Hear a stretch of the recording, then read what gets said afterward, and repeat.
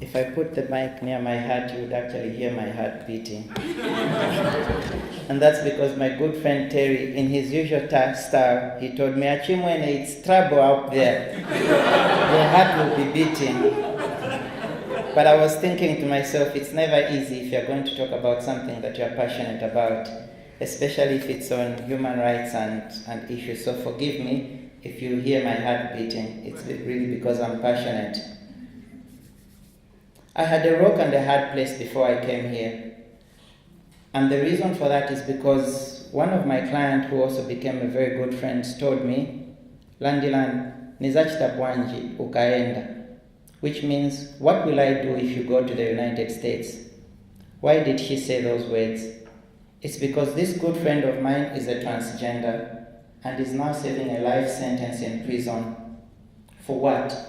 For being raped and for being a transgender person. And I told myself I will be back very soon. And said, no, maybe I won't find someone to represent me. Why did that person say that? It's because access to justice is a serious problem in my country, and that's what I'm going to talk to you about. I am Landilani Banda, like I said, and I work as a human rights lawyer, and I'm also an academic. Most of the times, I see the faces of my clients. This is a face of one of the clients that cries every day because of their vulnerability. I have seen innocent men and women be sent to jail because they are vulnerable and they cannot afford a lawyer. I have seen women who are HIV positive being dismissed from work because of their HIV status. I have seen LGBTI persons being denied health access simply because of their sexual orientation and their gender identity. Why has this happened? Because they don't have anyone to represent them, because they don't have anyone to enforce their rights.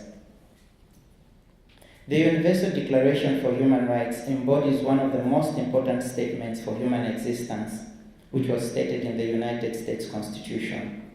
And that is, we hold these truths to be self-evident, that all men are created equal, that they are endowed by their Creator with rights and dignity. But I was just telling you a story of a friend of mine whose name is Maria, serving a life sentence in prison. From her story, I hold this truth to be self-evident, that not everyone has access to justice.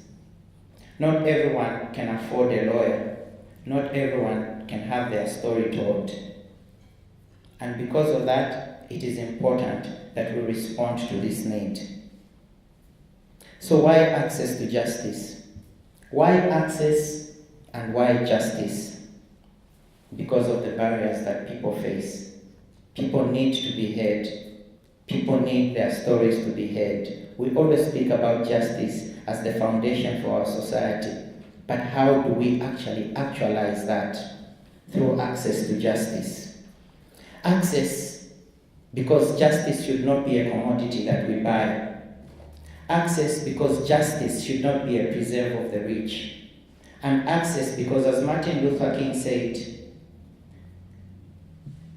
the hand of the moral universe bends towards justice. And very importantly, access, because justice is truth in action. They say talk is cheap, but sometimes that's all you can afford, like right now. But talk is cheap anyway, so what do I want to do?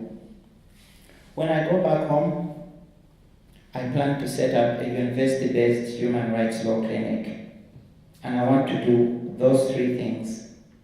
Provide free legal services to vulnerable and marginalized people in my community. LGBTI persons, disabled persons, injection drug users, and commercial sex workers. The people that you look at and shun.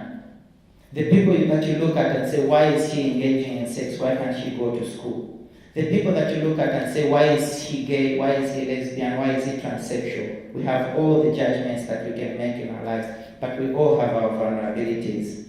Through the Human Rights Law Clinic, we'll be able to respond to the needs of these people. Because guess what? We are all born equal and endowed with rights by our Creator. We are equal. What binds us together is our common humanity and not the pigeonholes in which we put people. Through the Human Rights Law Clinic, we'll be able to provide free legal aid services to these vulnerable people. But apart from that, I would like to instill a sense of social justice in the students, hence legal education.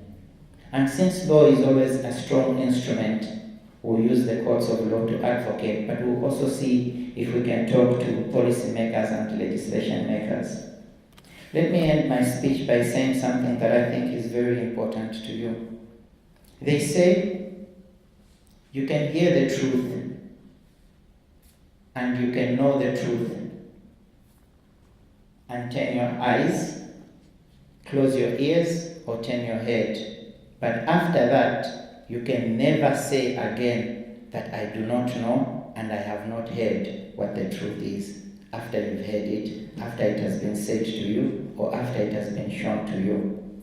For me, access to justice is a need and a must. Now you know, now you've heard. Thank you very much.